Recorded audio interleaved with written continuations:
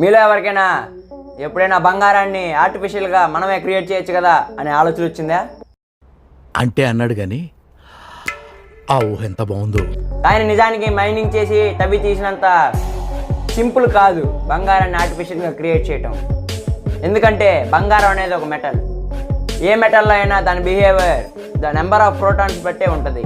బంగారంలో అంటే గోల్డ్లో 79 ప్రోటాన్స్ ఉంటాయి. అంతేకాకుండా మెర్క్యూరీలో 80 ప్రోటాన్స్ ఉంటాయి. మనం ఆ ఒక్క ప్రోటాన్ని రిమూవ్ చేయగలిగితే చాలు మనం బంగారం క్రియేట్ చేయగలుగుతాం.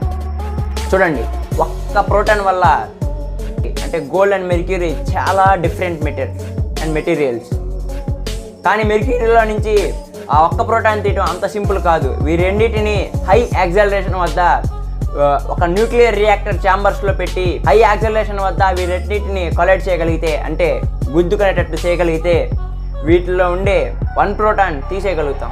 కానీ ఇదంతా చాలా సింపుల్ కాదు. హై న్యూక్లియర్ రియాక్టర్స్ అండ్ అంతేకాకుండా హై రేడియేషన్తో కూడుకున్న పని. అంతేకాకుండా ఇది చాలా ఖర్చు మరియు టెక్నాలజీతో అడ్వాన్స్డ్ టెక్నాలజీతో కూడుకున్న పని. కాబట్టి దీనికంటే కూడా బంగారం మైనింగ్ చేసి తీయటమే సులువుగా ఉండటంతో మన మైనింగ్ రాజులందరూ మైనింగ్ చేసి తీస్తారు. లైక్, సబ్స్క్రైబ్ ఖచ్చితంగా చేసుకోండి.